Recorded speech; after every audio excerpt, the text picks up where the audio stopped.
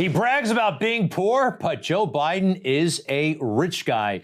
And how we got all these millions? Well, we have our theories. It's very murky, though, in Joe's telling. How he became so rich. Again, he's always bragging about how poor he is. Have you heard about this? Some $5 million, a $5.2 million discrepancy between his tax returns and his financial disclosure paperwork. That is very important in Washington, D.C. There's a lot more money on his tax returns. Where did that money come from?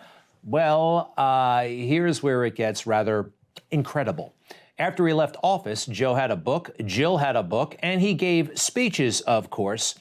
But the kinds of millions Joe Biden made on a book that, quite frankly, nobody wanted to read, Jill's book, that wasn't exactly a bestseller, and his speeches. Who's really going to pay big money to hear Joe Biden speak? When Joe Biden speaks, and remember, this is back when he was vice president. He's a former vice president of the United States, fresh off that experience. Do you remember what a horrible speaker he was when he was vice president? It was a national joke. Vice President Biden sticks his foot in his mouth again. Joe Biden sticks his foot in his mouth in Japan. There's been another verbal faux pas from Vice President Joe Biden. Vice President Joe Biden definitely has a reputation for speaking his mind, and his off-the-cuff style has got him into trouble yet again. So you think this goofball was really hot on the speaking circuit post-vice presidency? Maybe. There's room for everybody, I guess, but Joe Biden, when he left office in 2017, he was not hot. His power, he was not going places. Remember, Obama, the Democrat establishment, they all passed him over for Hillary. This guy was, well, he was just on the way out. A well-placed source tells CNN, even though the vice president is a beloved figure inside the White House, there is little enthusiasm for a Biden candidacy in the West Wing. We're hearing now, however, that there is limited support inside the White House for a Biden run in 2016. Now we're hearing from a Democratic Party source here at CNN that there's some concern in the White House about the vice president possibly running for president. They didn't want him to run for president, okay? They knew he was past his prime. They wanted Hillary. Hillary lost, and so is Joe Biden in January of 2017. Is he on the rise or is he on the decline? He's on the decline. He certainly is. And quite frankly, as far as speaking engagements and selling books, Joe becomes one of 6 living vice presidents. Joe Biden just wrapped up. Who else was walking around? Walter Mondale, George H.W. Bush, Dan Quayle, Dick Cheney, Al Gore. There is competition on the speaking circuit, and Joe was just one of a half dozen former vice presidents when he left office. Still, all this money he's swimming in right now, after bragging about having no money. I was listed, had the great pleasure of being listed as the poorest man in Congress for 36 years. I still had making a hell of a lot more money than anybody else because I was getting a senator's salary. No kidding. I didn't think you should make money while you're in office. But at any rate. Yeah, but what about your brothers and sisters and children? That's a problem. He could go and say something like that with a straight face. But at this point, we all kind of know what's going on, right? Joe, the poorest man in Congress, this guy had a fascination with property, even according to himself in his autobiography, one of them. Even as a kid, he writes, in high school, I'd been seduced by real estate. Wow, seduced, that's quite a word. He had a lust for property. Also, Joe was very fond of new cars in the classic What It Takes by Richard Ben Kramer. And riding around in the Chevy that Joe Sr. gave him for a present. Joe told his pals he always had a new car in high school. Brand new Chrysler 300. Whenever he had a date or something. You know, his dad ran the dealership. Yeah, Joe was something of a rich kid, actually. And he had a taste for the finer things. Take a look. I mean, do you ever wear an ascot? You ever tried that? I mean, once for Halloween, maybe. And how about that Corvette? Joe loves fancy cars, and he had them when he was in his 20s. Whatever happened to Lunch Pail Joe? When he's running for president also, I noticed his clothes. Very, very high-end material. This jacket looks like an ordinary jacket with a sweater underneath. No, it's a Corneliani. That is a very special Italian garment, and it's very, very expensive. Joe also has many, many homes, a beach house in Delaware, another mansion in Delaware, and this mansion in McLean, Virginia. It's a lot of money swimming around, and Joe, I think he was hungry for it, as he admitted at an early age. And when he gets to the Senate in the early 1970s, you could do very well as a United States Senator, especially before all the Watergate reforms. And how do you get around that, by the way? Because things did become a bit more strict. You enlist your family.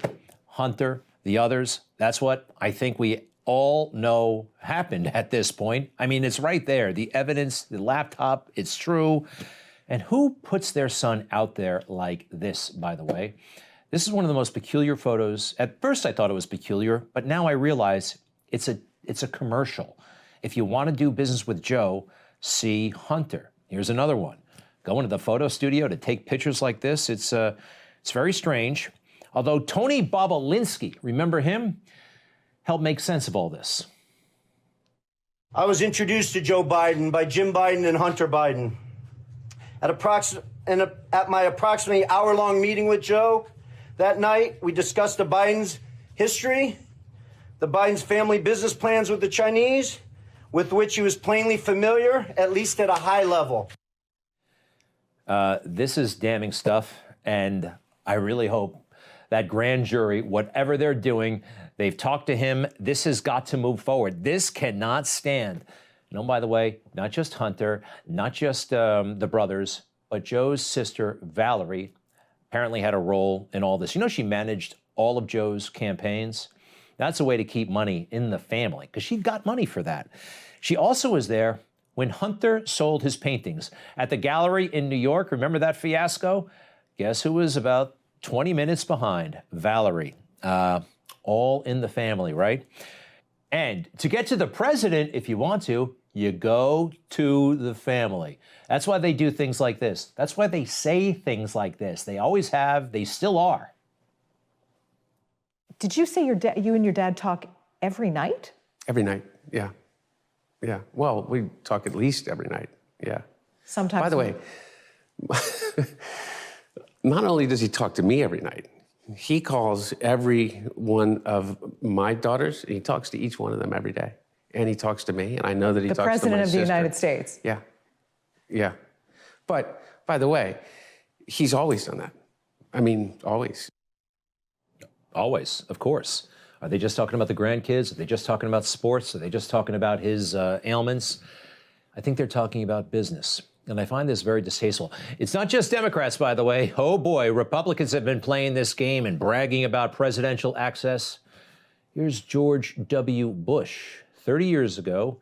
He's not yet governor, but his father is the president of the United States. And, well, guess who he gets to talk to and brag about it?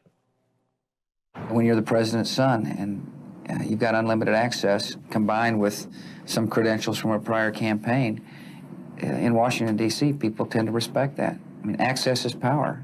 And I can find my dad and talk to him any time of the day. Must be nice. Why say that on the news unless you wanted to let people know that you're available to lobby, possibly your father, for money, right? Because we all talk to our family, hopefully. This is the way it works. This is the swamp. And this is one of the most glaring examples of it in action in the Biden family. This is in 2005 at a political event in South Carolina. Now, there's Joe talking to people. Look at Hunter keeping an eye on everything, right? He is all over this, just listening to the conversation, not stepping in until the key moment, until business comes up. Somebody wants something from Joe, but it's not quite on the up and up potentially. Hunter, watch. Well, maybe we can work something out, man. Yeah, that's what we'll do. Well, Hunter was just telling about his firm in Washington, D.C. Yeah. Law firm. Yeah. Do you even have a card by any chance? I do. I don't, but I'll give you my... well, let me give you my card. And then I'll give you... I gave them all away. Okay. Well, that was a wonderful speech. Thank you, my friend. That was Bo who wrote that. You're near Columbia? The core of what I wrote there is your dad. I thought... You see that? The choreography? That is the swan. That's what's been going on here. Unfortunately, Joe really chose poorly. His son, who has problems. We all know that, and nobody likes that. But because of those problems, we all now know about what they were doing. The laptop. Would he have left that laptop if he were sober? I don't know. Would he have written this text message? Take a look. To his daughter, Naomi.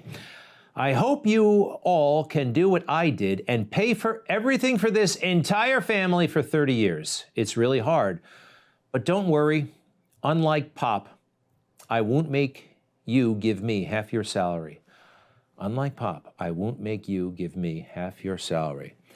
Will someone please ask Joe Biden about this? He's around reporters every day, but somehow he gets away with this.